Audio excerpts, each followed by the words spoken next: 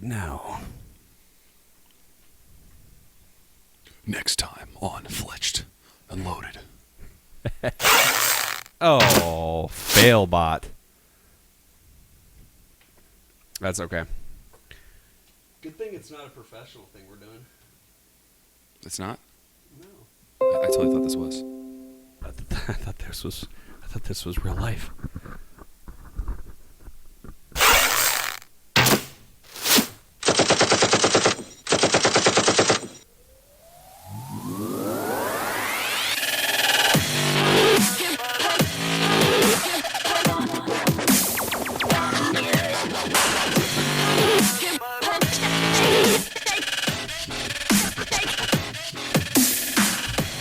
Hey everyone, welcome to Fletched and Loaded, episode 10. We made it, episode 10.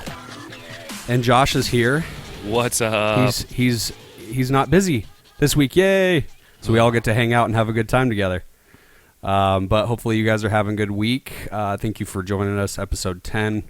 We're just going to hang back, relax, and listen to the sweet sounds of our beautiful voices, I guess.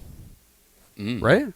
That sounds lovely. Yeah, and we're still trying to figure out this streaming stuff, so hopefully you hang with us and we're not doing too crazy on here. Let us know how you're liking the stream too. You know, we're always trying to make it better. Of course, making the podcast better as well. But how are you, Josh? I'm finally off of work, so I'm actually really good. Good. Yeah, what were you doing, man? Today, nothing. I literally took the entire day off. I didn't do off. anything. I had breakfast this morning and a protein shake, and I've done nothing but lay on my bed and watch TV. Shakes are awesome. They're so nice too. Especially when you're in a rush, but you know, Yeah. sometimes you just got to grab something and go. Yeah. Yeah, but you finally got a day that you just kind of took off. I did. It's so nice. I needed it. It's good to see you. Yeah, it's good to see you too. Yeah, you're looking all Grizzly Adams over there. Rawr. Yeah. Do the ladies like that? I don't know because I don't have time for ladies. You don't so- have time for ladies. It's Oh, no. terrible. That's never good. Yeah, it's the story of my life. But they have time for you, right? I highly doubt it because I don't have time for them, so I really don't know. Uh-oh, that's no good, ladies. Got to stick in there. He'll get you at some point. Yeah, someday. But yeah, dude, we were kind of talking last week a little bit about your strongman competition, and I'm stoked to have you here. We kind of get to talk about it again. Excuse me. We get to talk about it this week a little bit, and I'm trying to get some of my stuff up here. But how was it overall? It was a great competition. Tell us where it was and kind of the whole, because people don't, a lot of people don't know what that is. Right. So it's an amateur strongman competition, which means that it's not sanctioned. There's no actual sanctioned judges. It's not part of like the U.S. Strongman or Northwest Strongman division. Okay. Those are like intermediate actual strongman competitions that are sanctioned, and they can get you rankings to where you can go on to like actual World's Strongest Man competitions if you meet the weight requirements that they require you to pick up or lift or move. Is that like the televised ones? Right, that's like the ones yeah. you see all You across see the online. world, like Namibia and Europe and all over the place. Yeah. So Okay. this was just an amateur event, but it was a good opener for me. I wanted to see kind of how I did against not only myself but other competitors that are kind of in the same, I guess, category of lifting and weight class. Kind of have the same goals as you. Kind of. Some Okay. of them are more like bodybuilders that wanted to do this because it was fun, and some of them were more like strongman competitors that wanted to do this because it was what they really like doing. It's different than like powerlifting or bodybuilding. Yeah, it's all or, functional, like it's super all functional weight, super functional weight or, and agility and lifting and stuff like that. Right. Yeah, So it was actually a blast. Like I had a lot of Nice. fun. It was down in Helena, Montana, which is about 3.5 hours from here. Mm-hmm. There was a gym called Atlas Fitness that was doing the sponsorship, and we had it at their gym. Mm-hmm. It was 5 events that they had total. We had the medley, which was a tire flip, a bucket carry. The tire was like 350, 400 pounds. Yeah. The buckets were 120 pounds a piece. They're just filled with concrete and lead. Sure. And then the tire or the anchor and chain drag. The anchor wasn't so bad, but the chain. What's up, guys? We're here at Atlas Fitness. We're about to do the medley. So we got a tire flip, dude, it looked like you were bucket like, carry, holy crap. 120 pounds each bucket. As soon as you and then we got got there. a chain drag with an anchor attached to it. Let's see if we can see you doing some action here. I bet you've watched this a few times, huh? I did. I've like To review. critiqued myself with my course. trainers about 60 times and where I could have made more time up. And it was a good event. Man. I've seen you do the tire flip a few times at the gym at Access. At least you've recorded it. So how heavy are those buckets? Those are 120 pounds apiece each hand. Okay. The chain that I'm dragging right there and the anchor was a total of almost 400 pounds. Yeah. So the time to beat was like 45 seconds, I think. Yeah, that's what they said. And I think I did it in like right at 30 or 31. So they were 45 seconds, dude. That's crazy, dude. That's so fast. Even 45 seconds is crazy fast. Yeah, they were, and everybody there. I mean, you can see the guys that are in there. These are all guys I've never met before, but everybody's like very motivating and very spirited. They're all about everybody competing at their peak, and they want everybody to do the very best they can. Whether I took first from or second or third, we're gonna be checking beat his in buddy a by a second, or his buddy beat me by a We'll second. be back. It didn't matter. They just wanted me to compete and do as best as I could. Yeah, dude. It was great. Well, there were some really cool different events too. I mean, you see them on, televised on, the international strongman stuff, like the Atlas thing. Yeah, we were kind of talking about that before the episode here a little bit, but if there's anything you want to say here, I mean, it's incredible the get amount going of grip strength that is required to do this. I've never done an Atlas Stone event before. They're smooth concrete. It's like go outside and it's like smooth concrete, like polished concrete is what they feel like. yeah, like a stone you pull out of like the creek bed. Right. So yeah. if you don't have a ridiculous amount of good grip on it, it's gonna slip out of your hands. Yeah. The first two stones that I do in this video, they're 115 pounds, which I mean, a lot of people hear that. I mean, I'm a big dude. I'm almost 300 pounds. Yeah. I'm 6'2". Like those stones were fairly easy for me. That's a 175-pound stone. This stone was just so big that I could not get my hands and my arms around it. Like my biceps and my chest were getting in my own way. 175 to 250 is such a huge It's a giant jump. It really is. And I just struggled to get it. But once I got it up, I mean, getting it to there was insane. like a lot of your energy. Nobody else. There was only one other guy that got that stone up off the ground. Yeah. So it's just the slip factor. The slip factor, how big it was in diameter. Yeah. I mean, you could see I couldn't get my arms wrapped around it enough to get a good grip. I tried lacing my fingers, I was too high. I tried going underneath, I was too low. It started to roll the other way. And I couldn't, and finally I got a spot that was a grip, and I'm like, oh, I'll push it up there. Yeah. And I was too far away. I was 2 inches back where I should have been 2 inches forward. Yeah. Huh. So do you think like going from the side, like picking it up sideways would have helped at all? I mean, have you thought of like I've reviewed. Is there a different way I could have grabbed it? Or I've anything reviewed like that? every tutorial that's on YouTube on how to lift these stones, and there's lots of guys that actually show you step by step with smaller stones and big stones as well, how to get your arms around and underneath that stone, foot placement, hand placement, the difference between taking your hand and grabbing the stone like this or opening your hands as wide as you can to get more surface area and get underneath the stone, rocking it into position as you slide your hands underneath it. It's really, really technical. I wouldn't have thought that there was like so many steps to it. There's so much to it. Because you see it and you go, I mean, that's heavy, but like grab it. And you think, okay, you would have to have the muscle mass behind it. Not true. To think like, okay, I got to get more surface area with my hands. Here's the thing: I took second in that Atlas Stone event. Mm-hmm. The guy that beat me in that event was 183 pounds. Okay, he's a bodybuilder, shredded out of his mind. Just 185, just 5'8". Yeah, he had perfect technique. He had been practicing that technique for weeks. Wow. He got underneath it, and I mean, that stone came right up. Like where I struggled was not knowing the form and technique and just trying to learn it like an hour beforehand. Yeah. Well, and how long were you actually training for this, though? I trained about a month and a half. So about 6 weeks, 5 to 6 weeks. Which isn't, honestly, that's not a lot. That's not a lot of time. I should have trained about 4 months. There's guys that have been doing this 5 for, months, yeah. Really heavy trained. And then, my last month should have been light work and stuff like that. But I kind of... Well, you pushed hard, though, in that month and a half, though, that you did. I kind of messed myself up the 3 days prior to the meet. Okay. I have a tendency of not quitting when I'm... If I have something in my head, I'm going to do it. My goal before I went to that meet was I was going to deadlift 550. That was my goal. 545, 550, somewhere in that neighborhood. Mm-hmm. And the week before the lift, like Wednesday, I think, Tuesday or Wednesday, I think I put the video up there. I pulled, the one in the green shorts. I pulled a 545-pound deadlift. Right after I pulled this deadlift, I had like a twinge in my back, and I think I dislocated a rib. Yeah. So when I went down to the lift, it was painful. Like every event was painful. But you just get into that mindset. Like you don't even notice the pain. You push through it. You happens to your thing, but I mean, that's 545 pounds. It's the most I've ever lifted in a deadlift. Yeah. And you could tell I struggled to pull it. But once I got it, I was jacked out of my mind. I was so stoked. Of course.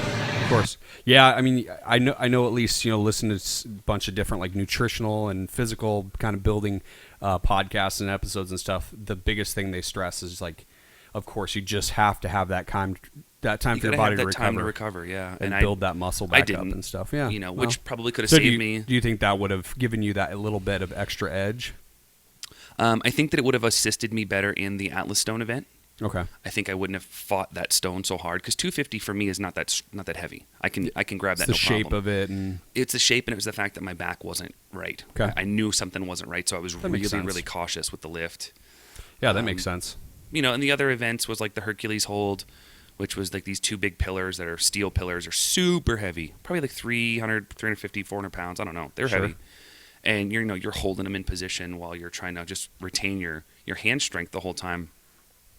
And, retain that grip and don't let the grip go. And they do it for a timed event. Everything was timed. It was a lot of fun. I really enjoyed the event. I think I took four first places and a second place. How many events were there total? 5 events total. 5 events. Yeah. Okay. And you got some good videos on most of them. Actually, the only video that my buddy didn't get for me was the truck pull.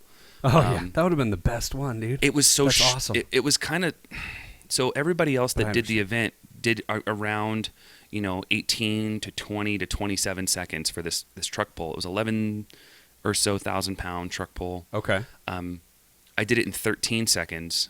So it was like kind of scary fast, and even the guys that put the what event was the time? on, 13 seconds. Yeah. Okay. And they were like, dude, you like almost ripped that truck off the ground. Like just being facetious. Yeah, but, yeah. I ended up bending the clevis clip that they were using to hold the harness to the truck. Yeah. I bent it straight. Yeah. So they couldn't even use it again. They had to go get another one. Use stronger equipment. It was rated for like 1,500 pounds or something, and I guess I was pulling so hard because I wanted to do really well, and that was the first event that we did. But I really enjoyed it. I had a lot of fun. I'm looking forward to the next step, which is an actual U.S. strongman or a Northwest. I think it's like Northwest American strongman or something like that. Yeah, of course. Yeah, that'd be an awesome step to be able to move up towards. I had to pull up this one just because. Honestly, how hard is this? The Hercules hold is really difficult. It's not just taxing on your grip. It's taxing on your entire body. Okay. I'm using my core to stay vertical and stay tight. I'm using my lats to hold in position. I'm using my deltoids, my biceps, my triceps, my forearms are just screaming. They're absolutely screaming the entire time. Yeah, well, they're literally getting stretched. Yeah, you're squeezing your hand closed to hold onto that grip while it's being pulled away from you. Don't you let go, imagine, Josh. You're trying to hold the baby stroller and somebody's just continuously dumping like a bucket of water, and that tub is just so big that it holds the water, and it's just getting heavier and heavier and heavier. Your grip only lasts for so long. Well, you know what I mean? Like I'm just whatever. I'm just joking. But the baby stroller's got such a big handle on it. And that's what this was. It was a huge handle. Yeah. Because when you watch it, it seems like at least the look on your face, but you might have just been kind of like spent for the day or whatever. Is this the last event? It was the second to last event. Second to last event. So what was the last event? The last event was a tire carry. So that tire. Yeah, I was saw flipping, that video. Yeah, you were like you in pick the it middle up, of it, right? and it's a 150-meter sprint with that tire. Yeah, and you smoked the dude that. Hey, nothing. Well, I actually took. I think it's this one actually. I took second overall in that one, but I took first in my weight class. Yeah, right here, right? Yeah. Okay. Small baby steps. I'm looks really. like it, at least. I mean, that tire's only got such an Yeah, opening, it's just so you a can really tire. only open your legs so much. So the faster you can move, the more ground you can cover. And I just kind of picked it up and said, I'm done. I need to get done with this. Like, I'm tired. So I'm bombing this beat, out, dude. Yeah, I'm smoked. So. Well, dude, look at your little like. I mean, I just envisioned Speedy Gonzalez. Handale dude, arriba. you were Speedy Gonzalez. I can't even say his name right now. Speedy Gonzalez. The Italian mouse for sure. Well, great job, buddy. I mean, I wanted to at least bring up a few of those, and just for people to be able to enjoy at least. Here's your the award ceremony. Yeah, it was cool. It was really low key. It wasn't like some big giant award ceremony, and Still, though, that's an accomplishment, man. But it was a blast. And let's see, like that guy. JJ, I think was his name. Okay. He's not little. He's a big dude. He's really strong. Hey, he looks big. Looks fun to arm wrestle. And he just wasn't as agile as you would have thought for a guy that size. Gotcha. You know? There you are. Just Joshua himself getting that trophy. Yeah, it was great, you know. And How tired were you right there? right there, I was tired, but it hadn't Just hit me. jacked up still from adrenaline. Well, I had the way that they all the forums and stuff that I read was like getting me prepped for this event was like, hey, you know, before your event starts in the morning, about an hour before it starts, you want to hit your pre-workout. Okay. And then you want to mix another Like as pre-workout warm up to get the blood going and then go back in the gym and Mhm. warm up, you know, do your warm up sets before you start competing. Sure. And then they say, okay, if you're going to be competing all day long, and I didn't know how long this event was going to take, Okay. you mix another full pre-workout in a jug of water, and you just sip on it throughout all the events all day long. So you stay hydrated, but you keep your caffeine and your niacin and keep all of your pre-workout jitters. You want to keep those up high so that way you're So you don't stimulating. crash you and want your have to stimulation. restart it all. Right. Okay. So okay. I didn't realize that it only took us like 4.5 hours, 5 hours to do all those events. Okay. So I had a lot of pre-workout in my system. So I couldn't feel that I was tired. So you were still burning all that off right at the end there. I was still just like jacked. We went to Chili's afterwards and had like celebratory, you know, dinner Just with tons of food. my buddy Josh that did all the camera. And we really didn't eat that much. I wasn't actually hungry. I had Sure. been kind of snacking throughout the whole event. Mm-hmm. And we drove home, a 3.5 hour drive home. I got home, got back in my apartment, and I was like, you know, I need to take a shower. I'm feeling kind of, And I took a shower, and I don't know if it was the warm water or if it was just like my body finally was like, all that pre-workout was out of me. Sure. But it was like, I am tired. And I I'm had so like tired fell right into my now. bed, and I woke up the following like afternoon, the next day. Wow, dude. That's Yeah. crashing hard. Yeah, so I slept like an entire like 17 hours or something after having all that pre-workout. Like I was just destroyed. Well, and your body was probably just like, dude, I just did 3 days work in 4 hours. Yeah. You know, I mean, that's a lot of output, man. Yeah, That's and a I lot had of still, output. you know, and I had still been lifting the entire week prior. I had a PR 3 days prior to that event. So, Wow, jeez, dude. Yeah, my body was Yeah, just I remember. gassed. I remember seeing that deadlift you did and just being like, geez, man, 545. Yeah. And then a couple days later, because I'd actually thought that your strongman comp was like the next weekend. Right. And No. so, It wasn't. I mean, I was telling you before that we started the podcast that, you know, last weekend I was with Amy at the doctor's office and stuff, and we had to go sit out in the car, and I'm watching Josh do that the Atlas lift up onto the barrels, and he's doing it live, and so I'm sitting in the car, my baby boy's in the back trying to take a nap, and I'm sitting in the car, just like. Go. I felt like I was lifting the ball with you, you know, and just like I wish you living would have been vicariously lifting it through you. because that son of a bitch was heavy. There's something about watching someone do like crazy vigorous activity like that, where you almost feel like I can feel how much they hate especially this. like if you personally know that person, like if you have yeah. personal connection with them and you've like, you know, like we've lived together before. Yeah. And, you know, if I saw you, like, when I see you shooting your bow, like, Mm-hmm. I don't shoot recurve, but I still, like, I see Tony draw his bow back, and I'm like, okay, anchor, hold, release, you know, and I feel that shot. And Sure. It's just because I can relate, you know. Sure. I can only imagine it's the same way when, you know, you see me doing some dumb crap in the gym or... Any of that stuff, dude. Any of these lifts that you do and stuff, you know, and I'm just playing a bunch of crap for people that are hanging out with us, but, you know, any of these things. And I love how you got like a bunch of crap on your legs. Yeah, you know, it's funny. Whatever. People like to... Your legs are huge, dude. People like to talk crap, but, you know, camera angles, and it's just the way I'm standing there. Of course. I mean, I've got a 26-inch quad. It's not like I'm little, but I'm also 6'2", you know? Who's that guy back there? Who knows? I don't even know. The guy that does like the thumbs up to the camera. He like sees you lift and did I'm you looking see it? Yeah, I'm looking to see what it is. Because you get it up there and you lift, do the step forward. Was that just stability trying to keep it stable? That's my buddy Jake. Watch out right here. Yeah. What's up? I think he did the 2 gun. He might have. That's my buddy Jake. He lifts with me occasionally. Strong dude. Yeah. Ridiculously strong. And I got to kind of throw a plug out to Access Fitness. They let me train for this event, and it's not. I mean, we don't have a strongman competitive division at the gym. Like we don't even guys have a that get you strongman ready for that kind of stuff. Right, we don't even have a strongman trainer per se. Sure. So they helped me, and allowed me to kind of work with what was in the gym to get ready. And it was really, really beneficial, like doing the Hercules hold prep and doing the farmer's carry prep and doing the, the single head or the single arm overhead press. And this was some of your training for the Hercules hold, right? Right, yeah. I mean, that was That's your 100 guys pounds. helping you with 100 pounds on each side, holding the plates. Yep, and I 3.5 minutes I stood there holding that. And how much was it for the pillars? I think they were like closer to 3 or 4 each. Yeah, it was heavy. 400 pounds Each hanger. Okay.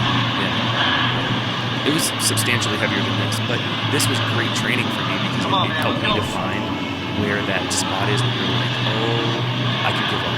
No push harder. Yeah. So, and what muscles are being engaged to do that. I would imagine at least. And then the shirt that I was wearing at the competition, it says it's like hashtag Beast Athlete. Yeah. My trainer. That's Donnie Tudor. Yep. He's assisted me. I'm not training under him all the time. I'm training with him, or he's training with me, I guess is the best terms to put it, because he's not a strongman competitor. Yeah. But he's stupidly strong. Yeah. So he uses what he knows for powerlifting and athleticism from playing football and coaching, helping playing football. Mm-hmm. And he was a high snapper, I believe. So he had auxiliary movements that would help me mobilize my body while I was utilizing power that I helped build with him. So I'm working with him right now in Beast Athletics to become, stronger and quicker and more mobile. And, I want to go to a competition and rock that T-shirt or that sweatshirt that I got from him and be like, hey, this is where you want to go if you want to learn what I'm doing. This is how I came along. Just kind of promotions for him as well. Yeah. So what is what is Beast Athletics? Is it something that he like it's a group that an LLC that he started, or it's a company that he started? It's a training company that he started. He's a personal trainer. Sure. Beast Athletics. It's like hashtag Beast Athletics. You can find it on my Instagram. A lot of my videos are tagged with it. Yeah. It's got an Instagram page and a Facebook page. Yeah, Facebook. I saw the Facebook page. Yeah, and I mean Donnie is probably one of the most helpful individuals that I've worked with. Now I have other trainers that are just as helpful, but when it came to this type of event, he stepped out of his comfort zone, which is powerlifting, and said, okay, Josh, let's really look at what you're trying to do here and let's maximize your abilities. He's like, you're strong. He's like, everybody knows you're strong. You can pick up a lot of shit. Mm-hmm. Let's make it where you can pick that shit up really easy and not hurt yourself. I mean, I couldn't agree more. That sounds safe and smart, and let's do that. And it really, truly helped. He helped me with nutrition. I'm on one of his nutrition plans, and it's been nothing but beneficial to me. I actually was way lighter than I am now before this event. I got down to about 270, 275 about 2 weeks prior to the event, and then I did what's called carb cycling. So I carb cycled for a week. So I put on like 10 pounds right before the event, and it helped me so much because my body was just ready. It was like full of nutrition. All that extra stored energy. Extra stored energy that I could burn off. And then after the event, I got on the scale, and I was like right around 282, 288. So I had fluctuated almost 12 pounds. That's a lot of added storage for you. It was just energy that I could burn. It was great. Added storage. It makes me sound like I'm saying that you just fattened up, but that's pretty much what it was, but not technically. But you're adding usable stores of energy. Right. I completely understand. Yeah, Donnie, I've seen a few of his things like on Facebook and stuff. Mm-hmm. Again, I'm getting to know some of the guys that you've hung out with, and so, Mike and a couple of different guys, and they run some amazing different programs, and like just the ability I see from them on like Facebook and stuff of like, hey dude, I'll help you out with that. I mean, you guys give each other crap, of course, but they've shown to be a really, really helpful group of guys that are like, hey, we're all about helping you peak out as best as you can. They all want the best for everybody. They're not they're not greedy about physique. They're not greedy about lifts. They're not, oh well, I'm stronger than you. They'll gladly be like, dude, you're you don't strong. Want to hang out with those guys. You know what I mean? Let's make you stronger. Let's help you get stronger. Let's find that next step. Let's get you that next competitive edge that you need. Yeah. And whatever it needs, if it's nutrition or if it's lifts or if it's form or if it's motivation. I mean, there's been times where 10 minutes before I hit that 545 deadlift, I couldn't pull 535. Mm-hmm. I just mentally wasn't ready. Mike came over to me and he was like, hey, he's like, get your head right. Whatever's going on doesn't matter. Mm-hmm. He's like, get that shit up off the ground. He's like, this is your lift. You got it. Motivate yourself. Find that reason not to quit. 10 minutes later, man, I was psyched up. I throw on my favorite song, get myself motivated, and I was like, I'm going to pull this. No matter how bad it hurts, I'm going to pull it. Yeah. And I pulled it, Yeah, dude, congrats, man. That's so great. So there's something to say about people that want to see you succeed. I mean, in anything, it doesn't matter what it is, but just having people around that, we all know people that are just all about that competitive nature, not in a good way. I mean, the people that are like, well, I did the one-uppers, and you don't need that in your life. Oh, you did 3:15 for 9? Oh, I did it for 12. Oh, dude, I can do that so many times. Right. And it's like, at what point is that just not productive? It's just not helping. Yeah. That's kind of how I see it. It's like, okay, well, cool, dude, but in the long run, I'm trying to make myself better. Exactly. And it's not about anyone else. I'm not trying to outprove you or anything else. You need people around that are going to... Mike Gipe, John Curtin, Dan Hughes, Jesse Hadeen, even Tammy Smith. Like, Tammy is... she's incredible. That woman was like 80 pounds heavier a couple years ago, and she decided she wanted to be a marathon runner. So she put it in her head she was going to do it, and she lost a ton of weight. Wow. She's a personal trainer now. She's got these cool, I think they're called boom classes or pound. Pound, that's what it's called. They I think Amy did that out of the sticks one of the parks. Yeah, use the sticks and you pound on the ground and you are super active. Yeah. Anyway, I was there for Tammy's first powerlifting meet ever. She's never competed as a powerlifter. Wow. Okay. All I was a spotter. But when she was getting ready for her spot or getting ready for her lifts, I would be like, "Hey, Tammy, focus. Sure. Get in that zone. Let's find your lift. Let's get it." And and after her lift, she was like, "Thank you so much for being my spotter and helping me stay motivated and keeping my nerves down." Mm-hmm. And middle of my my competition, I get this message from her on Facebook, and I'm in between competitions or whatever. She's like, "I'm literally screaming at my computer. Yeah. I'm so excited for you. You're killing it, buddy. I saw that, stay dude. motivated. You're I was like, I'm not the only one, dude." Yeah, and it's fantastic that those trainers, I haven't worked with any of them other than being, "Hey, how's it going?" We've had conversations about lifts and stuff, and I've worked with John a little bit. I've worked with Mike a little bit. But everyone there is willing to help you. I had to borrow a belt for this event because my belt doesn't work. So I asked the owner, one of the co-owners of the gym, and one of the big lifters there, I was like, "Hey, Dan, do you mind if I borrow this belt for the weekend? I need to borrow it for Saturday for my lift, my competition." He's like, "Well, you can borrow it, but I'd like to see a first place trophy." And it wasn't, it was motivational. It was great. It was absolutely fantastic. That's the right kind of man. There's such a big thing to say about a community of and people. It's like a brotherhood, man. That love what they do, whether it's weightlifting, being in the gym, which is I've been trying to get into a lot more, and it's hard with the family, it's hard with a baby and stuff, but I'm already down 15 pounds just from eating healthier and I threw in 3 workouts Attaboy. In a week and trying to implement some more cardio and stuff like that, just because cardio is that one thing that I'm just I hate cardio so much, but it's also the one thing that I can look back on and go, when I did do cardio, I cut weight like crazy. You felt better. You had more energy. Yeah. And so, but just being able to, talk to a few different people like my brother, of course, who's the personal trainer, and you, and just kind of share some stuff, some of the, I've succeeded in this and that, has just been, it's just been nice to have a community of people around that are go, dude, that's awesome. Yeah, even knowledgeable people that will motivate you is tenfold what it is when you're just by yourself. Of course. And archery or shooting events or anything like that, having guys, and there's actually, it's kind of cool, not to just change subjects all of a sudden, but there was actually something I saw, and I bet a few different people online have seen it. It's called ETAR. I was going to see if I could find it here for everyone that's hanging out, but ETAR is actually a retreat for not international, but traditional archers. Okay. Not ATAR. ETAR. And I forget what it stands for. I'll look it up here in a sec. Eastern Traditional Archery Rendezvous. And the video's been going around kind of on Facebook quite a bit. And I'll see if I can pull up some stuff here for people that are hanging out. But, pretty much the whole gist of the video was it's all traditional archers. Okay. And there is something to say about the community between compound and traditional shooters.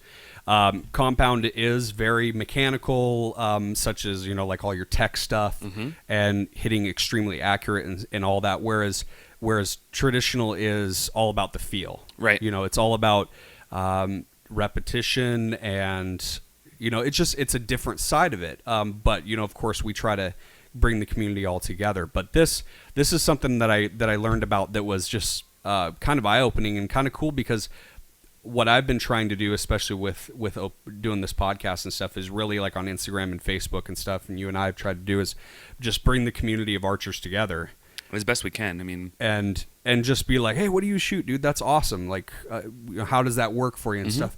Because you and I both know people at the pro shop or at the bow shop that you start shooting, you go, hey, what's that? What are you shooting, man? He's like, oh, it's a Bowtech, man. This Bowtech can outshoot your whatever. Right. You know, and it's like, hands off, dude, I guess. You know, like, there's, and that's fine if someone wants to be like that. But in the end, you know, we all love shooting arrows. We all love shooting exactly. You know, it's funny you bring that up. There's a whenever there's a 3D tournament, you know, like an indoor 3D tournament at Spirit Quest, there's all kinds of people that show up. Tons of people, all kinds of different shooters, all kinds of different you know, gear, different bows, different arrows, different everything. Yep. And the last one we had was indoor. I think you were there. The last one, yeah, I did. Yeah. And I think we had one or two females, and we had a couple of different like traditional guys. We had two traditional guys, a bunch of compound shooters. Anyway, it's just nice when it's quiet and one person is shooting, and we did that like $1 for the target or whatever. Yeah, you know, dollar right, buying chipped in the closest to dough. the X. Yeah. And it was funny because there was, you know, like I said, female shooters. There was traditional guys shooting. There was, you know, competitive guys shooting. Like I'm up there with my Energy 35 and my stabilizers that are super long. And, you know, then there's guys with hunting setups and Kevin with his hunting setup. Yep. And everybody's quiet and everybody's respectful and everybody is hoping that that person shoots the very best that they can. Oh, yeah, of course. It's all about a positive competitive edge. Yeah. And I love that about archery. And that's something that I haven't seen in a lot of different sports have it, but there's something to say about like a shooting sport. And I don't even like it because archery is such a big part of people's lives that it's not really even considered a sport to me. But no, it's a lifestyle. It is a lifestyle for sure. But you know, there's so many people in like archery, and I know with like competitive shooting, like firearm shooting, pistol training, and stuff like that. That there's so many guys that will go, hey, dude, I want to just help you out. You know, if you twist your hand, you're hitting the lifeline more instead of curving out towards your thumb, then you're gonna get a more stable shot. And you go, oh, thanks, dude. You know, like that stuff doesn't happen a lot in different things, especially nowadays, where unfortunately so many people are selfish and trying to just kind of get an edge. If you think about it, like once you get to a certain level of confidence in yourself as a shooter, you don't want to be the one guy that's like, you want it to be ideally like, well, at least in my mind, I look at it as like, I want everybody to be the very, very best technically that they can. Sure. And then I want to compete against just that person. I don't want to compete against their technicalities. I want us to be technically 100% both of us. And then put the person into it and see what happens. That's my favorite part about like archery. Yeah. Because it really has nothing to do. I can hand you my bow, tune it to you, get it perfect. But you may not shoot it the same way I shoot it. And the way I shoot it might give me an X, and the way you shoot it might give you an X, and the way he shoots it might give us a 10. Yeah. And it's like, okay, cool. Now that's the challenge. That's what makes it a discipline, for sure. That's what makes it a discipline. And that's what I've told people that like have wanted to just start, you know, like start shooting archery. And they usually bring up like, oh, I shot at summer camp. You know, they had some fun little longbows or something like that, and I was able to shoot and stuff. And of course, everyone talks about smacking their arm and. You know, I shot over the target or something. You know, oh, I'm gonna hit that guy or whatever. But I've always told people, you know, like just try it out. Just shoot a bow. Just go try it. Shoot any kind of bow. Doesn't matter. Traditional, compound, whatever. From the first 2 arrows I shot, I was knew. dude, this is gonna wreck me, man. This is a rabbit hole. Well, I remember, I was there the first time you came and not shot, come out. And you know, I kind of been jocking you about, Tony, you need to shoot archery. You need to shoot archery. And you're like, oh yeah, maybe kind of. I don't know. I didn't have time for it, man. And then you kind of like were like, you know, maybe I'll give this a try. You came down and shot, and like the look on your face was priceless. You know, you were hooked, dude. You were so. I love it. It's my favorite thing ever. It's probably the same look that I had when I was at Eric's house. When you first started shooting. Yeah, Eric Thomas. When I first started shooting archery, and he was like, okay, Josh. He's like, you shoot a bow. Cool, awesome. Let's teach you how to shoot an arrow, not shoot a bow. And I'm like, oh, is this different? Like, you know, I'm like kind of cocky and, you know, just I'm an infantryman. Like that's just how we are. Giving him crap. Yeah. And then, you know, when we finally like he shot his arrows and I watched him and like how methodical he was and like it was his Zen moment. Like he's just, you know, he's got a bulldog target at like 30 or 40 yards in his backyard. And like I'm literally envisioning this as I'm telling you guys. This is crazy. It's a wood back fence, and he's got his target hanging, a bag target. It's a square bag target made by Bulldog, and it's got 9 dots on it.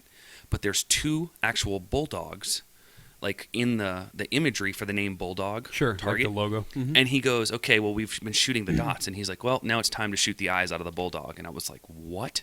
And the difference between Eric shooting the dots and then Eric going, like honing it in, and shot the eyes out of the dog on the frickin' emblem on the bottom corner of this target. Like it was insane. And that shot, crazy. I swear that shot is what hooked me into archery, because I was like, I can do that. I know I can do that. I'm going to be just that good. Sure. And, and he and I competed at a couple of archery events, and it was a blast.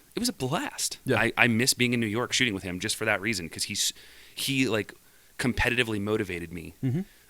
And hopefully he's back to work. I know that he had been sick in the He might be hospital for a listening while right now too. So yeah, hopefully he is. If you are, Eric, I hope you're feeling better, buddy. And today's his birthday, actually, so I want to throw a happy birthday to him. I was going to do the whole happy birthday Facebook thing, but that's just not me. So this is more dude. No one has their own podcast and gets to say happy birthday. Throw a plug out. So happy birthday, at least big dude. We'll let him know that we released it, and he'll be able to shoot some hear us. arrows, and I hope that you're getting better. Yeah, So. for sure, man. He's. I think he was actually one of the first people that hit us up and was like, "Hey, love the podcast, man." Yeah, exactly. He was the first person to send me a picture. Did I show you that picture? I think so. Yeah, in his truck. Yeah, he's in his truck, and he has a picture that he took of his iPod or phone or whatever MP3 player, whatever. with our Fletched and Loaded older Fletched and Loaded logo. With the podcast playing. So Eric, dude, thank you for listening, man. I mean, you've been one of the original people that have listened, and it's been really cool to. And if you guys are in New York, look up Top of the Food Chain Archery, Tofka, and hit Eric Thomas and get some info. The guy's great. Yeah. Speaking of Eric Thomas, I know I keep bringing this guy up. He's like my archery guru. I found the book that I originally told you about when we first started talking about archery, before this podcast was ever even a thought. Boyer's Bible? No, Okay. It's called Core Archery. CORE Archery. That's the book that I'm going to drop off to you this week, and I want you to read. Who's it by? Of course, I'm going to put you on the spot. I don't remember. I just know that I read the book like 9 times. It's the best information that I've ever gotten via a paper document about archery other than shooting the bow. Okay. Yeah, Tony's pulling it up for us right now. Yeah. I'm just Larry so Wise, I think, is who. Yeah, Larry Wise. Boom. It looks like Best Sweet. Back tension. Best book I've ever read. Is it specific to compound? That's what I'm curious about. It's about compound, but it has other good information in it. Sure. Okay. So you can blend them together. You know what I mean? It's based on compound theory, but it's usable in any. Let's see if we can bring up the cover here for people to see. If you're speaking so highly of it, especially. Yeah. Here, we'll bring up this picture. So that's it? Yep, that's the book right there. Okay. And I found it yesterday. Proper back tension. Yeah. And I've been looking a lot more, of course, into back tension stuff, and just how important it is. I mean, because I probably 3 months into me shooting, I was like, hey, I need to really work on this back tension, pulling back tension. Jeff Kavanaugh, actually, the traditional guy that I watch, he really encouraged all the people that were watching to shoot correctly. He gave another form, kind of little demonstration, and he was like, he gets on there and he goes, I go back and watch my own videos because I need just a reminder of, you get more comfortable with a certain way of pulling, and then you go, but that's not correct. That's not correct exactly. Form. And so he talked about hooking, and your hand is just, it's like a marionette hook. It's an extension, right? Of course. Okay. And so he was talking just probably like what this is talking about hooking, and then you're pulling with the rhomboids. You're just pulling back, squeezing the rhomboids together. You're not actually pulling with your elbow or your wrist or your shoulder, which a lot of people do, and it just jacks up their shoulders. It jacks. Well, I mean, imagine pulling a 70-pound bow. Yeah. For 10 years incorrectly. What's that going to do to your body? Well, John Dudley on Knock On, he just got stem cell injections. Yeah, did he have like shoulder surgery like 9 or 10 times? Nah, I don't know. I don't know how many. If he I know did he's or had not, a lot. But he did just get stem cells because Joe Rogan had it done, and the freaking advancements on stem cell research is just incredible. I mean, it's regenerating dead cells at this point, And it's phenomenal. I mean, you're not having to get a lot of the rotator cuff type surgeries and stuff that everyone's had to get done. Right. And it's stupid expensive. I think it's like $200,000 or something. I don't know. I might be completely talking out of my butt at that point, but he talks about how I think it was like a week later he's working out, doing stuff, and he's like, dude, I have no pain. That's awesome. And he said that he's had pain forever, but it all came from what we're talking about. Shooting incorrectly. He's just pulled a bow forever. And he's pulled, forever, yeah. I mean, he's pulled bows that before the technology really kind of caught up to where it older is style now. stuff. Yeah. But I mean, correct form is correct form, and he talks about how just pulling that many arrows back. How many it taxes the body. Thousands and hundreds of thousands of arrows he shot, but he's wrecked his shoulders and stuff like that. And he got this stem cell stuff done in Vegas, and he's been in touch with the doctor and stuff. And the doctor's like, "Hey, I want you to take it easy and all this stuff." He's like, "Whatever, man. I'm repping out, man. I'm repping you." And he's lifting weight without pain and all this stuff. And he got on the phone for the podcast talking to the doctor about some of the advancements and such. And he was like, well, I'm kind of going a little bit more than you said I should, but dude, I have no pain. I'm taking it easy still. And, it's crazy. I mean, anyone sounds like me when I'm in the gym. Looks into that, I'll man. be It's fine. just I'll go a such a little crazy- heavier. I'll be fine. I'll go a little heavier. Right. Until you do something that hurts, but yeah. Cool. Yeah. I'll check that out. That's, I'm always looking for a new book to look at and stuff. Definitely. As far as the correct form, actually, I was talking to my buddy Larry on Instagram. I've kind of brought him up on the podcast a few times, and he's been having some issues with left arm, bow arm hurting. And he was like, man, I almost just gave in and bought a compound. He had shot compound a lot when he was younger, I think he said. And he just liked the instinctive kind of discipline. And so he wanted to get in it, like a lot of us do. And he was talking about dude, I don't want to necessarily drop down in poundage, to do this and that and stuff. But I mean, if I can say anything to anyone that's kind of thinking about worrying about going to a lower poundage bow, is that it has nothing to do with you can't do a heavier bow, right? It's all about training correct form and pulling to your capacity. At some point, you're going to work up to a heavier bow with correct form. I mean, I started at a 45-pound bow, and I had to at Spirit Quest, I actually shot with a 35-pound bow for a little while there, just because of the fact that I could tell my release just sucked. I was hurting a lot more than I should. Right. And Jeff Kavanaugh, guys, check out his YouTube. Jeff Kavanaugh on YouTube. I forget what it is exactly, but I think it's instinct. I think it's just instinctive archery. But he talks about his videos, quote unquote, girly bows or something, girly weight bows or something like that. 20, 25 pounders or whatever. Yeah. And he talks about how, when you train with a lighter pound bow, you work on your release a lot cleaner. You get a cleaner release, from working with a lighter poundage, because you can actually manipulate the string left, right, up and down from the release, because we're shooting fingers. Right. Which I don't know if that happens with compound because you have a release. But I know that I'm wondering, because you have the let off and all that stuff, if there's any way to really manipulate the release with a lighter pound bow, as opposed definitely. To a heavy pound bow. I think that with the release, I mean, any adjustment, say you're shooting a back tension release, any adjustment in your hand, if your hand's not perfectly flat in that draw when you're anchoring and pulling through the shot, if your hand happens to be, your wrist hurts that week and you tilt up, well, then that just put tension on the loop to pull the loop up. Well, now your arrow's going to, it's going to put tension on the string where it's not supposed to be, instead of drawing the string perfectly straight back. Ideally, we want to be able to keep our hand perfectly flat. Yeah. You can't when you just, ergonomics don't always allow that, or you had a long day at work and you carry a hammer for all day long. Yeah. Your wrist is Swinging sore, a hammer or or something you're like that. You're crimping cables all day, or doing surgery, whatever it is. The body doesn't always, or you had a super hard workout. I know that I've done that before. I go do a huge chest workout 2 days before, and then I go to the gym, I go to the bow shop, and I'm like, I'm going to shoot my bow, and I'll pull back, and my chest will just be tight, and I'm like, I don't feel like I'm pulling correctly, and my shots will be off, quarter inch. To me, a quarter inch is a lot. Though. Yeah, it's enough to drive me insane. So, Yeah, it's Same thing with shooting firearms too. You know, do a crazy arm workout or back workout or even legs, and you go to get in your position and you go to, you know, push forward to get that shot, and you notice that you're just not there. You're not comfortable. You're not perfect. just the stabilizing muscles and stuff. Yeah, like that. everything. Yeah, Yeah, just trying everything's to just taxed. keep it in zone. Yeah, it's super interesting. Again, just if there's anyone listening that feels like, you know, starting, especially with a trad bow, you're starting with longbow or recurve, even with compound, you know, I ran into guys, if you feel like you have to shoot a heavy pound bow because whatever, for whatever reason, your other buddies shoot 65, 70, 80 pound bows. Okay, I got to shoot that and stuff. You might hurt yourself if you're doing that, first of all. Truly, Second of all, you're probably going to teach yourself bad form. right?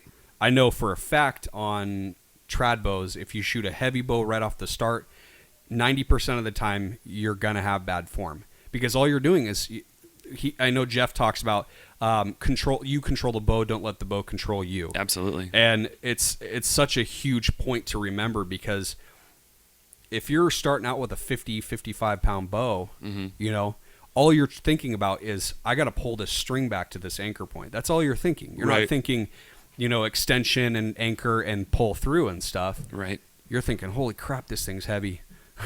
I got to somehow hit that thing over there. Right. You know? You're not thinking about all the technical variances that can happen. Yeah, exactly. Well, that's like my buddy Jared in New York that shot archery with me, a couple of 3D tournaments. I think he shot a 60-pound bow or 55-pound bow. I think it's what it was. It was like a Quest Rogue, I think is what he had. I think. Anyway, he went out and he shot a different class than me. I was shooting 70 pounds, and he was like, "Oh, you know, I just wish that I was."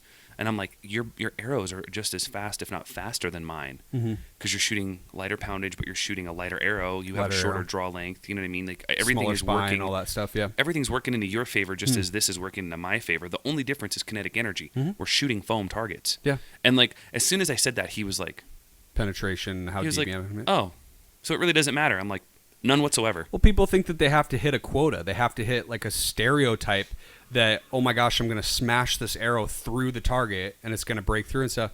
The whole point about archery is doing what is comfortable for you as long as you're in good form and having fun. I watched Eric. Having fun at doing it. That's all bring that up Eric matters. again. Eric Thomas. Dude, stop saying his name. I know, right? Everything I No, say is going to be about him. whatever, dude. Whatever, So brother. he shoots an Apex 7, and I think he had 50-pound limbs on his Apex 7. Yeah. Never told me that. Never told me that. Went to our tournament. We're shooting, and he said, "You know, I should pull out my Diamond Infinite Edge and set it to like 35 or 45 pounds, put my long stabilizers on, my nice sight, tune it, and come out and win this competition with a kid's bow." Because it's a kid's bow. It's completely adjustable. It's built for children to grow into. Sure. And I thought, I was like, well, why? I mean, you're pulling 70 pounds. Why go lower? He's like, I'm not pulling 70 pounds. He's like, my bow's at like 55 or 57 or 51 or something like that. And I kind of looked at him weird, and I was like, why? And he's like, I pull a 10 in every target. Why do I need to shoot Why does 70 it matter? pounds? And Yeah. I was like, well, what about your hunting bow? He's like, my hunting bow's at 68 Yeah, enough or to do 70, do what I whatever need his. it. He shoots adrenaline, a Matthews adrenaline. And he's like, I'm only counting on one arrow. He's like, when I'm shooting my bow for a competition, I'm counting on 40 arrows. Sure. I'm like, damn, you know, like it hits you like, hey, it's not about how much you pull. Yeah. It's about repeatability. Yeah. 10, Whatever's comfortable 10 in for every you. target, an X in every target, you know? And I get that from compound guys all the time that are, you know, like, oh, dude, you shoot a recurve. What is that? You know, whatever. And I'm like, well, you know, I shoot, you know, they're like 50-pound limbs. So, yeah, I might draw them at like 55, you know. And they're like, 55, man, oh, if I go from a compound, I'm going to at least get a 50 or 55-pound bow. And I'm like, dude, you got to think about stacking. You got to think about, you know, stability with pulling And that holding weight. and holding that weight instead of the let off at the back wall. Yeah, pulling 70 and holding 12. Yeah. I mean, I would never say like, oh, you shoot a 65-pound compound. I'm going to shoot a 65-pound recurve. Yeah. I can now do that because I've Yeah. been shooting long enough. I know how to do that, but I would never say it because there's nothing wrong with learning how to do it correctly. No, not at all. I completely agree. There's really not, and there's a lot of people out there. So any of this is more for like beginners, Right. You know, I'm trying to say, you're gonna run into guys that go, "Oh, you're shooting Oh, girly ball." I shoot more than you. And it's just not about that. I mean, if people want to be like that, then good for them. They Tell can them do to whatever they want to. Jog on. Jog on. What's that from? Jog on. Yeah. British movie. Yeah. I remember. We got people screaming at us the movie title too right now. I know it. It's not Two Jog Smoking on. Aces, is it? Stock. Lock, Stock, Lock, and Stock, Two... and Two Smoking. Yeah. It might be. It's one of those. It's not Snatch. No? No, it's not Snatch. I can't remember. Anyway, I just maybe remember it him was going, Lock, Stock, and... jog on. Yeah. Anyways, it might be like a Simon Pegg one or something. But anyways, for any of the beginner guys or whatever out there that are just don't try to fit into a stereotype is all we're saying. Just do again. Archery is supposed to be community. I'm gonna pull it out. Do the Kevin Hart. Do you, boo boo? Do you, boo Do boo? you? But just go out and have fun and do what is comfortable for you. And when in doubt, shoot a little bit less poundage. Yeah, you can always build up. You can always build up. It's just like lifting weights. You don't go out there and pick up a freaking 85, 90-pound dumbbell Not and on the try first to, try. and try to curl it. Nope. I can't. I don't do that. I mean, I work with whatever weight I'm comfortable with, and then you build up to it. Exactly. And then you get to. I mean, you do. You just go out there and pick up 3,000 pounds. I don't know what you're talking about. You crazy person. But I don't know what you're talking about. Speaking of archery, though, I did want to pull up some of the results. Hopefully, you guys got to watch some of the Olympic archery event. I've been working like a fiend, so let's check those out because I'm kind of just as curious. I wanted as you to be are. able to show some of these here. I couldn't find. Not that I couldn't find. I didn't have much time to look up the group events. Okay. But these were like some of the men's individual. Brady Ellison for us. Awesome. He went through. He got the bronze. And the cool thing about that was he has been in 3 Olympics, and this is his first individual medal. Wow! Congratulations, dude. Yeah, and he was just. I mean, you could tell how overwhelmed with just like joy and emotion and all the years of just shooting arrows that he had compiled into this one shoot. And so you could tell. I wonder how Rio emotional did. he was. Who? Rio Wild. I wonder if he's shooting this year. I don't know. We could maybe look that up here in a second. I don't know. I know he's shot in the Olympics before. Oh, okay. I don't know if he is or not. Sure. But anyway, Kuban Chan he won the gold for South Korea, People's Republic of Korea, and dude, that dude is such a 7. I believe that 7 is how many medals. Wow. He's won at the Olympics because like Brady, he 5. Mm-hmm. He's won with his team as a group event. Right. He's won, and then Jean-Charles Valadont, I believe is how you say it. They said it so fast every time I tried to get it down, but won the silver, and he's a great shot too. He has this cool draw sequence where he actually, Mike's messing up, where he'll draw back to, like he draws his, for the people that are just listening, his hand is like, I don't know, like 3 inches under his chin. Oh wow! So he ways pulls under there. way low under his chin and puts the string, the top of this, from where his knock point is, puts the string right in the middle of like his goatee, because he has some facial hair here, Right. and he puts it there and he slides it up his goatee until it hits every single draw. Wow! It's such great. And the guys from France, man, the archers from France I've really seen like unique draw cycles. yeah, like 4 different guys from France that have weird different things. I think I've watched Brady shoot before. He's the one, like when he draws, he like draws it back and he does this like weird kissing movement with his he goes- lips. Yeah, he like kind of to the right. He like pushes kind of his lips scrunches to the- up his lip, and yeah, because it's almost like getting it in like on a kisser button or but something. it works it's for him. on a And like kisser button. the first time I saw it, I was like, "What is he doing?" And I watched about 10 shots, and I'm like, "I understand what he's doing. Excellent, dude. You found your anchor, and you made that your anchor. And Like, he's you're such on a national great shot. TV, and you made your anchor. You're like, anybody else doesn't like it, Yeah, catch one. You know exactly, yeah, and he picked up bronze for it too. But yeah, he. The other thing I noticed about Brady's draw actually was when he anchors and he does that kind of like he moves his lip so that it hits a certain spot on his string, and he'll actually like blow air out. It looks like or something off his top lip, like through his top lip. So he'll go like. Sound like a farting noise in there, but anyways, he'll do this like lip thing, and I don't know if it's his breathing cycle that he's doing, like what long distance shooters do. They do the half breath out hold. But anyways, that was just another. It's cool to see guys that just do like They do unique weird stuff. Yeah, unique stuff but that it works for them. man. They're hitting gold almost every time, and these guys are phenomenal shots. So, anyways, that's the men's events. Females, I got to see this Lisa Unruh, and I don't know if I'm saying her name right or wrong, but she got a silver in this one. Chang Hyejin got gold, and then Kibo Bay I've actually watched quite a bit for Korea. Mm-hmm. Korea is just such a great archery team. I mean, they've been known for decades. Yeah, to bring it. For how well their archery team is. That's awesome. And so two Korean women actually were able to bring the medals home back to their country there. Again, guys, if you're able to watch some of those events, they were pretty crazy. A lot of them came down actually in the men's individual. They came down to one shot. Wow. A shoot last off. arrow or something. Yeah, shoot off at the end, and so of course it's closest to the X. Mm-hmm. And so it literally comes down to like whatever rides on that one arrow, man. Yeah. And there was a guy that shot a 7. Oh. And it was just like, but when you look at it, like he's been shooting all day. Right, yeah, he's tired and he's and nervous just and everything's shot, catching man. up to but him. Yeah. You feel so bad for these guys because it's every 4 years. So, oh yes, I made it a little bit. And then on one shot, you just It's next time. shaking just a little bit too much, or the wind kicked up at that point because they had the wind. There was a fairy that farted in the stands and they just pushed it out of the way, and you're like, oh man, I couldn't heard you can hold that fly if a they half fart on you. second. A little whatever. a Tinkerbell toot or Tinkerbell. something. Yeah, so that was really fun to watch. Did you want to talk about the gun that you got? Well, I didn't want a gun, but I won a raffle. Oh yeah, sorry, my bad. They're good. I won a raffle Let's try to bring at it the Veterans Family of Brands Outdoor Expo. It's new to the Valley this year.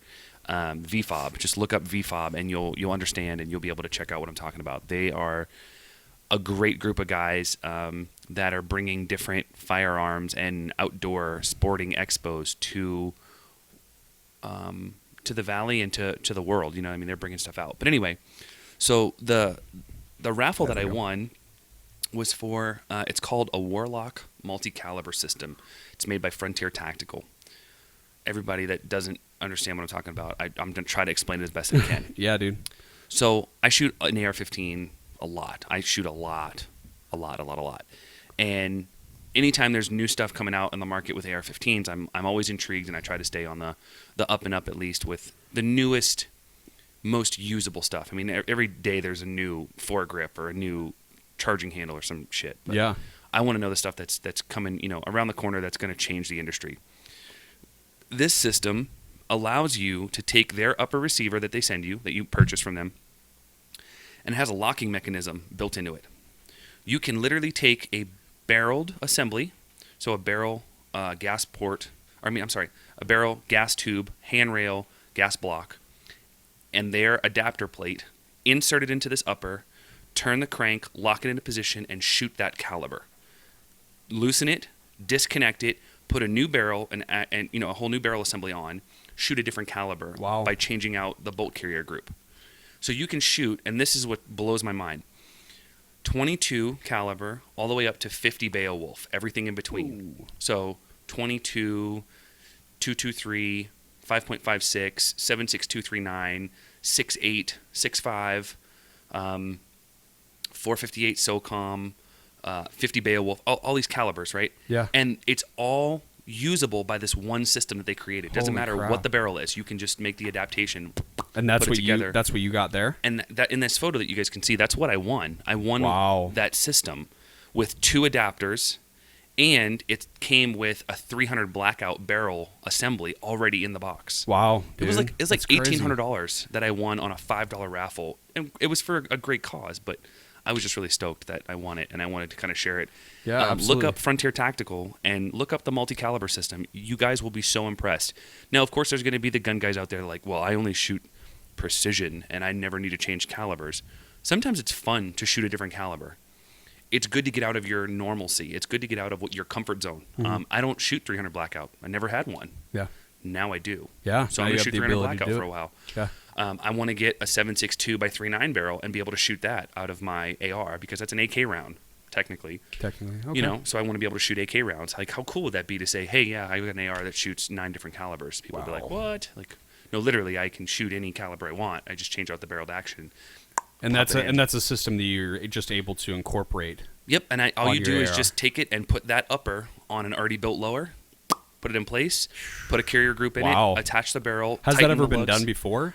There's been attempts at it, but Okay. I've never seen one that's as smooth, as tight, and as accurate. I mean, this thing is And the diversity, phenomenal. like how wide of a range of Right. calibers. This that thing's they're able to phenomenal. do. I mean, those guys at Huh. Frontier Tactical really put all their eggs in a basket, and that basket is gold. Wow. I think this is going to Wow. corner the Great market job, and guys. going to become something that will Oh, crap. really push the industry in a new direction. I want to shoot it. Yeah. I want to shoot it. Let's go right now. Sorry, guys. We got to leave. We got to shoot some guns. That's awesome, dude. Congrats. I never win crap. I wish I would. Me either, but I've been really lucky this year. Like, I went to the Trout Unlimited banquet, and I won that super nice fly pole. reel, right? Or fly, Yeah, the fly pole. rod. Did you get a reel with it too? Yeah, a rod reel combo. It was like a Sage Circa 2-weight with an Orvis size eye, like in nickel, I think it was, like black nickel. It was just a beautiful, beautiful rod and reel. Wow. And I won it on a $10 raffle. Like, they had Huh. 52 cards in a deck. And I was like, oh, I want the King of Spades. So they gave me the King of Spades, and they rip it in half, and you keep one half, and they throw a half in a pitcher. Oh, okay. And they pull a card. They pull a card, and she pulled the Oh, King of that's Spades, and I cool. was like, That's I a only cool way bought to do a one raffle. card. And there was people that bought like 10 cards. Of course, there always know, is. And I won it on one card. That's all I bought. Jeez, dude. It's Did you actually get to sell? You were trying to sell that, right, for a little while there? I found a guy that, I mean, a 2-weight rod here in the valley would be kind of, I probably would break it because we have some fish that are a little bigger than what, it would be a great stream rod, but I don't fish in the stream. I fish in the rivers, and I fish in like Sure. the lake. So I didn't want to like Might be ruin pushing it a little bit too much Yeah, and I didn't wreck want a to really ruin nice, that really nice expensive Sage bow. rod. Or bow. I got my mind on bows. Reel and rod, yeah. Yeah, so I need to do some. I just haven't fished in forever. I'm not a huge fisherman. not a fan of fishing as much. You can tell that I don't fish. But every They time I call have, them dude, it's been anglers. anglers. Man, learn something new every day. But I just haven't done it in forever. Yeah. You know, but you know, the wife and my kiddo loves fishing and stuff. He actually he caught a 16-inch rainbow or something. Hell yes. Last time he went out with his grandpa, and he texts me now, That's which interesting. is really crazy when your 9-year-old starts texting you. But anyways, Does he have a phone? He has an iPod. Oh, okay. And So learned how he's to able use to it do with that Wi-Fi. from the email. Yeah. Cool. So he can. It's very nice, you know, to be, because it's not like he has something he could always be on and stuff. But Right. at the same time, when he's at like his grandparents or something like that, or hanging when he's out not at home. Yeah, when he's being watched by someone else, he can text me and be like, "Hey, what's up?" or emergencies or whatever. So, Right. No, that's good. but he sent me a text saying like, "I caught a 16-inch fish and stuff." And I'm like, That's "Holy so cool. crap, dude!" I do want to go bow fishing really bad though. Me too. You got to do it apparently on the east side of Montana. Yep. Over the divide. For what, carp, I think, is what you can shoot. I heard you can do carp on this side. I don't know. I'd have to look into the regulations. There's 'cause I don't know. there's like a back and forth thing that I've had with a few different friends that have been like, I think you can do it because it's considered like a vermin, like a nuisance fish. All I know Maybe. is I'm not there's an like angler 30 now couple that I can say days, 30-something days till archery season opens. 25, And I have something like that. And I have a B tag as well this year for elk, so I'm gonna shoot a cow. Do it, man. I am. I'll bring you a steak. Well, yeah, it's general. You can shoot anything. I know. I'm so excited. It's gonna be nice, dude. It's And gonna I be have awesome. A tags too, so it's gonna be good. Hopefully, I I can jump into a herd this year and snap something. Yeah, dude. I've told like Jake that Big Jake Mhm. that I've shot with a few times and stuff because he's a big bow hunter, big bow hunter, and he's been trying to get me more and more into doing it. And You gotta get a compound and just come out and punch an animal one time. I'm not gonna get a compound. Just sorry. one time. But I've been thinking about, because I'm thinking more, of course, about like nutrition, and I want that lean, high protein meat. And Elk's elk the way to is go, just and so the is best venison. way to do Yep, it. Deer as well. Venison's excellent. I don't know if you all can see my baby boys over there, though. For all the people that are listening, I'm sorry. Mm. But anyways, he's sneaking around trying to say hi to everyone on the podcast. But yeah, I've been like, dude, I've told even the wife, I'm like, I want to go get some venison. I want to go kill some wild game because, it's so much leaner and high protein of a meat. And that's what I'm about right now, of course, is just trying to Absolutely feed the well, beast. If you decide you want to go out, So- get some tags, and then we'll go you can use my rifle, use my 300 Win Mag, and we'll go out and get an elk. Yeah, for sure, dude. Yeah, that'd be fun. Yeah. I want to, Or at least a whitetail or something, or a muley. Yeah, I just want the meat. I don't even care about the trophy at this point. All the bow hunters that just heard that just dropped. No, they didn't drop. They understand. Yeah, no, I understand. But yeah, cool, man. There was a video that I wanted to share with you. Was that all you wanted to say on the? Yeah. That's plenty. On the Warlock. People can that check thing's it out. sweet, dude. I'm pretty. I Stoked remember I about saw it. that picture and I was just like, "Holy crap, Josh will have to fill me on what that is," because I'm so not the gun guy. I did. I told you I got my concealed carry finally. Yep, finally Yes. on your anniversary, right? Yeah. What a Yeah. present, So right? yeah. So to tell everyone, I've been waiting for my CWP forever, and I've called the sheriff's office and, hey, is there something I need to do? Was there a mix up with the address because I had a different address on my ID than what I filled out? And I know that there's sometimes issues with that and all that, but they said no, there shouldn't be any issues with it. We'll go ahead and we'll check on that. And then they said it's going to be a month or more and all this. Anyway, so Hey, before you jump off this page, that last video that's posted, I want you to play that because it's just really funny. the one he said, Yeah, the one of my I buddy watched this Josh one, Bowerman. But anyway, so you They got your weren't ready for CWP you. and We'll play. So Josh, what do you think about the event that just happened? Like, They weren't ready. They weren't ready. They weren't. They weren't ready. We're not ready for you. so Josh, this guy Josh what do you think Bowerman, about the event really good that just friend of mine from happened? the Like, gym, and he That's went with me awesome. to this competition. He was able to take the time off of work, and the dude is just like the most motivating person ever. That's awesome. He just like, I don't know, his mentality. We get along really good. We have this unique personality connection together, and he went down there with me. And like the first event I did, he just like looked around at all these guys, and he comes up and he whispers in my ear, and he's like, They're all crap. He's like, you're gonna crush every one of them, dude. He's like, they weren't ready for you. He's like, let's make them remember your name, and like he's just so motivating. And we were sitting down to dinner after the competition, and I was like, so Josh, what did you think about this competition that you just witnessed? And the look on his face went from like really intent listening, like I'm gonna hear what this guy's got to say, to like, oh, they weren't ready. They were not. They were not ready for you. It was Yeah. so awesome. Yeah, seems like a cool dude, man. Yeah, it's just a cool video. I had to post it. Well, you crushed it, man. You got first in that. I was really stoked, man. Yeah, you did awesome, I was man. stoked.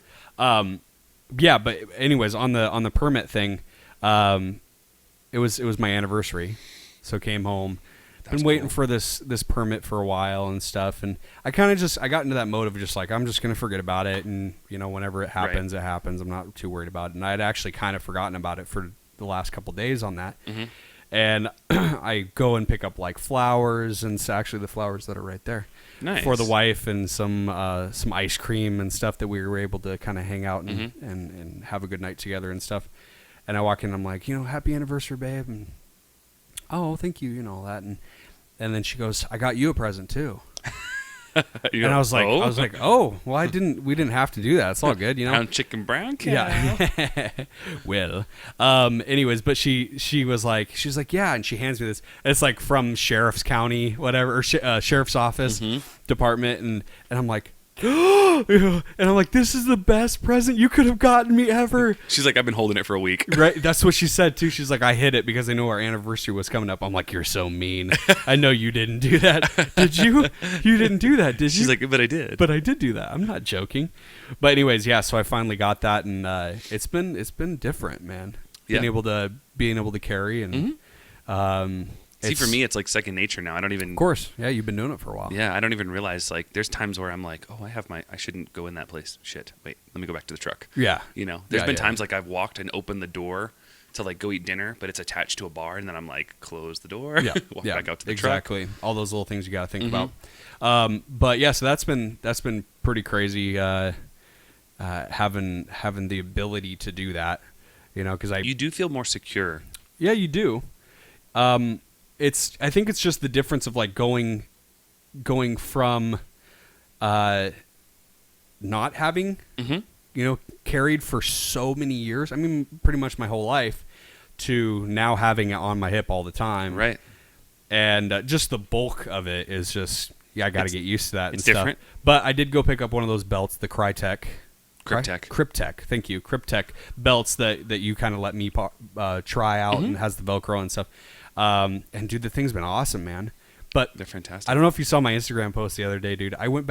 We went to the store 3 times before I could find one that worked. Oh, really? Because you couldn't find the right size, or just couldn't find like the. I go in and I find them finally, Mm-hmm. and I'm like, okay, sweet, let's try some on. And I found, okay, this color, I like this, and but the thing was, I was carrying, and I didn't want to be the guy that was like, I'm going to try on this belt and I'm going to take out my firearm, and I didn't know if they would have a problem or not. Later on, she kind of was like, okay, well, I understand that you were carrying, you didn't want to do that, but I kind of was like, well, I can kind of guesstimate and try to just figure out like, oh, is this going to fit at this point? I put it like higher up, right, like above where the holster sits and stuff, right. And I kind of like put it on and was like, and I'm like, this is not the right way to check out belts. This is not how a person buys belts. But anyway, so I was like, okay, I'm going to get this XL. Yep. I think it was. And I'm like, and it was in a green. Actually, yep, like in this color. Yep, like the OD kind of green color. Yeah, so I got the green XL, and I come back home and take off my holster and stuff, and I was wearing my Smith & Wesson, the clip-on one. Yep. And I go, okay, I'm going to try this on. And I pull off the other one that you let me have. Yep. And put it on and cinched it over, and the Velcro hit the very end of the Velcro. Of the sticky Velcro part. Oh, the mate crap. of it. And I'm going, dude, I'm losing weight. I'm going to just be off the pad more, dude, at this point. I'm not going to even hit that Velcro at this point. I'm like, crap, dude. So Amy was like, well, I'm going back. I can maybe stop by and get you a large. Mm-hmm. And I had checked the differences between the large and the extra large, but the large that I was checking was the tan color. Right. I'm like, that's a huge jump, but apparently the large must work. So she goes back and gets this large in tan because they didn't have a large... in the green or whatever? I believe so, yeah, is how it worked. And it went back so many times I don't remember now, but got the large in the tan. Okay. And then brought it back, and I was like, okay, sweet, this is going to work. I put it on, pulled it, too short. Mm-hmm. Barely hit the Velcro on the other end. I'm like, what the heck, dude? There's nothing in the middle at this point. Like, it's can't. Either you're giant or you're tiny. Right? This is like buying clothes for me. I'm like, I'm always at the top or the bottom end of this range spectrum of sizes.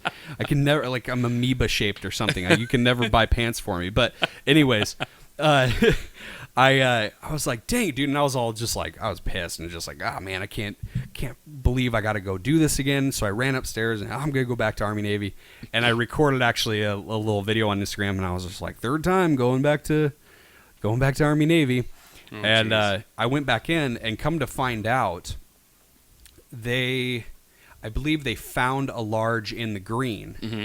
And the large in green was a perfect length in between large for tan and an extra large for the green. I wonder if the large tan was like a lady's. I don't know. I wonder if they have like I don't know either, but I wonder if it was It didn't say like, anything about anything. It just because the lady and I that were there, or it was mismarked. It should have been a medium. Well, from the guy that was actually working there, he was like, it must be a new guy that didn't know what, where to cut on the measuring tape or something. I'm like, yeah, for sure. I deal with people like that too. But that's too funny. Yeah. So long story short, it was like 3 trips back just to get the belt, but the belt is totally worth it. Good. Good. Man, it holds. It holds right where you need it to, and awesome. But again, still getting used to carrying. So the next belt that nice. I'm going to introduce Tony to, and he doesn't know this yet. I'm actually just dropping this bomb on him right now. Yeah, put me on the spot. It's called a Cobra belt. I don't like it already. Now, the cool thing about a Cobra belt is that it has a metal buckle, and the buckle actually sits inside and clasps together. So you can take your belt, and you just click, and it's there, and it's done, and it's the tension you need it to be. No Velcro, no nothing, just, and it's done. Really cool. You set it. And it breaks open at the front, right? Mm-hmm. Yeah. I've seen those, actually. They're really good when you decide to transition, like if you're going to the range, and you want to shoot with a holster, but you don't want to take off your original like concealed carry holster and take your belt off and put all this crap on you. You just and done. So that'll be the next belt that we'll get to play with because I have one. And you'll get to play with that. I think I saw a video on Instagram of someone using that, and I'll show that to you They're later. fantastic. But yeah, so it's been cool. It's been interesting to try to, like carrying and stuff and kind of figuring out like, okay, do I need it really here and all that and stuff. But the thing is, I want to be able to be comfortable with it. Right. And I don't want to feel like the guy that I watched that was like telling new guys that are, everyday carrying and stuff, the do's and don'ts. Mm-hmm. And he's like, stop touching your gun. He's like, stop grabbing at it. It's okay if it's there. Like, Yeah. Stop adjusting it. you abided by the laws. You went and got it correctly. You're a law-abiding citizen. Stop grabbing your gun. Like, I don't know how many times, like, I have a bunch of adjusting friends and that like, oh, is it showing? Is it? I don't. And he's just like, it might show. Just pull your shirt back over. It's Yeah. okay. It's gonna be okay. I don't know how many. Like, I have a bunch of buddies that are law enforcement here, and they know that I conceal carry. They all know. And there's been times where like they'll come up and we're talking about something. I see them in a store or something. And they're like, oh, da, da, da, da, and you'll see them. They'll look and they're like, are you today or not? And I'm like, does it matter if I am or not? And they're like, You're not printing at all. They're like, you're just not printing, and it's nice to like, I like to always ask, like, hey, are you? Yeah. Because like, if you're not, then okay, I know why you're not printing. But if you are carrying, I want to know like what you did differently because I can't see it now. So and it's just cool to kind of like, cross passive information. Yeah. Yeah, I'd love to be able to sit down actually with a sheriff and talk to him about some different things about that. I could probably call Colton, and he would come talk to you about it. He's a cool guy. Yeah, I Officer like Randy. get some guys like that on the podcast or do a call in on something, Skype or whatever, and talk to just because there's people that like me that are like, I've gone through classes on what to do and what not to do, but to be able to speak to an officer and be like, hey, what do you feel about what instances have you seen? Yeah, exactly. Letting you know correctly. Like, what would you like to hear? Yep. Because it's not like, officer, I'm carrying today, and it's on my, like, does that specific person hear, I'm carrying today, and he gets jittery all of a sudden? Is there a better way to say that? Right. And so we just got to go off of the training that we've gotten. But it would be nice to be able to sit down with someone, like a law enforcement guy, and just kind of run by him some of the things that we've learned and him go, don't do that, do this and that, though. Right, yeah, absolutely. For sure. But yeah, we're actually wrapping up here pretty soon. Just wanted to show actually a couple things. Let's see if I can find it here. Gun guy, there we go. This guy, the gun guy, _gun_guy_. So the gun guy with no underscores must have been taken. Which is great. I've had to do that. But he actually posted a throwback on Thursday, one of the throwback Thursdays. And it says when he got his SIG P229 Legion, and he was doing some different distances, shooting different distances at this steel plate. And I wanted to play this for everyone and for you, Josh, because you haven't seen this. Okay. And he says he shot at 10 yards, 25, 50, 75, 100, 130, 165. And actually, I saw that there was one more. Mm-hmm. A 200-yarder. That maybe he didn't post or whatnot, and so it's unknown, but it looks stinking far. Okay. And he said, I didn't take any more than 3 shots at each. Nice. And he did post, of course, the success shot, but I wanted to play this for you because this is some very good marksmanship at this point. So see what he's got. So there's 10, 25. So he's shooting a 45. 75, 100, 130, 165, and then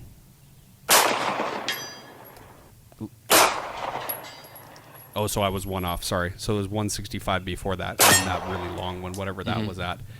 Wow. But crazy shooting. He said, he said, I only did about 3 shots each. I didn't do any more than 3 each to get that, that hit. Wow, that's impressive. So great job, man. I don't know. I didn't catch his name. Sorry, dude, if you're listening to this. But everyone go follow him. He has some great posts on here, some different gun tactical things that he does. Spec Train also, you guys go check out them, Spec Train NC. Mm-hmm. And they're always posting stuff. They're getting some really cool success stuff out of their Instagram. They're really getting a lot more followers, and it's cool to see those guys go up in the rankings of firearms training and things like that. And I showed their website last week and some of that kind of stuff. But yeah, it's pretty crazy shots awesome. Yeah. that he was able to do. I think the farthest one I've ever done with a pistol was I think I did is either 250 Mm-hmm. or 300 meters with a 9mm, which that was It's insane. stinking far. It was It's 330 yards. Dude, it was insane. Yeah, I think we that's were 330 yards. Yeah. we were at a range when I was in the service, and we had a couple of mags and 9mm left over after doing the range. Yeah. And one of the range instructors and myself were like pretty close friends, and he was like, "Hey, Sergeant Will, do you want to try and, plug one out at some distance?" And I was like, "Oh yeah, that'd be cool, And so we shot at 100 yards, and then I think we shot at 200 yards, and it's either the last shot was either 250 or 300, Mm-hmm. and it's like, ting, Yeah. It's just like you think, oh, I missed it, and then all of a sudden you hear the ring, and you're like, oh, hey, Yeah. Oh, I hit it. I didn't Yeah. miss. Yeah. I didn't miss. Those long shots are always so crazy because you think a gun, you think instant. Well, like when we went Impact. shooting with John Robertson, Yeah, I'm shooting at what was we were it? 1,240 yards, And then but it was like the middle mark was what, like 750, I think. 750. and you squeeze the round off out of his 264 or 260 Remington, and it was like ting, and you're like, oh shit, and then you realize like that's 750 yards. Yeah. But like when you're behind the rifle and you're watching the actual trace, watching it kind of Coriolis turn into, Yep. it was great. It's super cool. I love shooting long distance. Yeah, stuff. and seeing an impact on the steel Mhm. and stuff. Yeah, so at least wanted to show that guy's video and guys, go follow him. He has some amazing posts that he does and different setups, gun setups that he does, and he does some night training stuff, Yep. I believe, too, which I've seen more and more. Yeah, right here, he's doing some night training shots and all that. Yeah, so wanted to show his, and then actually we got our first story, Oh, archery story. send So Travis Bauer, I said his name incorrectly the first time Okay. I talked about him, but he shoots out of Canada. He's Okay. up in Canada, our friends to the north, and he has a really cool property out there. See if I can pull up a few different pictures here of some of the area that he shoots at, because it's like backcountry style stuff. Oh, cool. And he's set up a few different. Sorry, Travis, I'm saying it wrong, but like a few different 10 or 20 spot Okay. courses. Okay. And there's a few of them, and he has a bunch of these like bag targets that he hangs up all over the place. And he said he'd said to me that he was actually trying to kind of set up like a cool like getaway. Okay.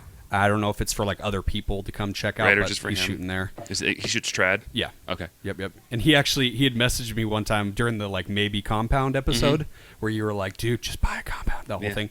And he was like, you do not go buy a compound. It's like, don't do. He's like, use a rifle for the accuracy and long distance. That's too funny. But trad guys sticking together. So, but anyways, he sent a story in, and I wanted to at least be able to read it because, oh,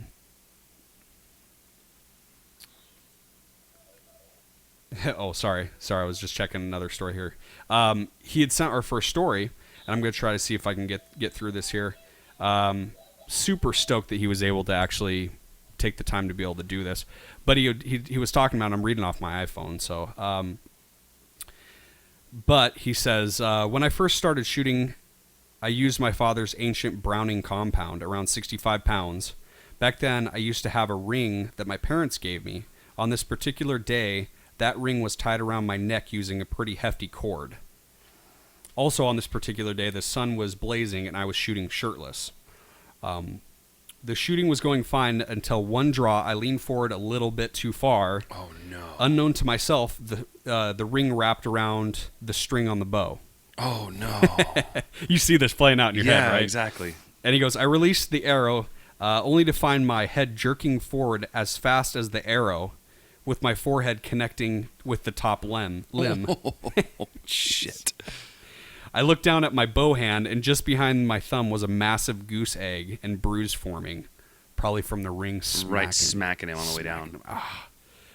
I was pretty in shock the whole time. After I made, he said he kind of got this mixed up, but after I made sure my wrist wasn't broken, I believe. Yeah. He used his fingers then to inspect a stinging he had on his neck, on the back of his neck. And he said, my fingers came back with blood. After a quick over-the-shoulder mirror look in the mirror, I found that the cord of the necklace had cut perfectly around half my neck before snapping. Jeez. He goes, that was my worst archery accident. Holy crap. And then he did post it, which is the bummer part at the end. But he said, after the ring hit my hand, it went flying off in the woods, never to be found again.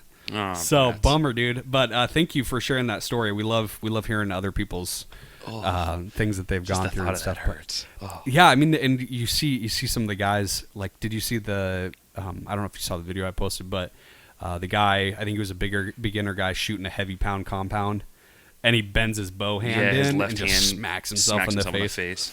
But we love hearing even the bad stuff. So thank you guys, thank you Travis for sending that in, man. It's great to be able to hear about some of your stories, even though that it was a bummer. That sucks. Bummer but of a at least shot. You didn't get hurt more having than that wrap around. No, even if thanks. you saw it right at the point of release, it'd be, oh no, Yeah. nothing you could do. Well, at that was point. like the guy that we were shooting that 3D tournament, and he got ahead of himself and didn't knock an arrow, pulled back, and everybody was like, "Don't!" Yeah. And he was like, "What?" Yep. And arrow, yep, arrow. exactly, cracked one off and dry fired his Snap. bow. Snap. Yep.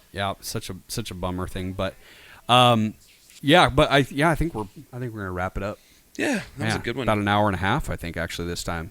So we went for a while, but it was good to have you back, buddy. Yeah, glad I could be back. Be able to record an episode with us, and like I said, Josh is just extremely busy. He works like a beast all over the place. He's a very generous, charitable guy. I give when I He can. won't say that about himself, but I'm gonna go ahead and say it. I give when I can, and if I can help somebody, I'll help them. You know, I mean, that's just It's what it's about. it's man. my nature, I guess. It's what it's all about, dude. So yeah, thank you guys so much for hanging out. Thank you for anyone that's that has been able to join us on the live stream, and hopefully it's been entertaining to be able to have some of these videos played and stuff, and watch us goof off and have fun chatting around and all that. But yeah, follow us. Anyone that's listening or watching, follow us on Instagram at Fletched and Loaded Podcast. Josh is at Inked Up Josh. Yep. You can follow us on Facebook. Mine's Tony Gershon, and his is Josh Williams. Send any emails or questions. Challenge shots. Actually, you'll have to check I'll have out to do that one. Yep. There was actually a guy that did it, trad style, Oh wow. that was on the podcast I played last week. Oh cool. Guy from Norway. Nice. Oh, he did the robin egg. He did the quail egg. quail egg, and yeah. then last week he actually shot the 30-yard egg shot with a trad bow. Okay. So Yeah, we're gonna I have was to- gonna do it with 60. we're Oh, gonna hi have to- Oliver. yeah. Hi buddy. Oh, there he is.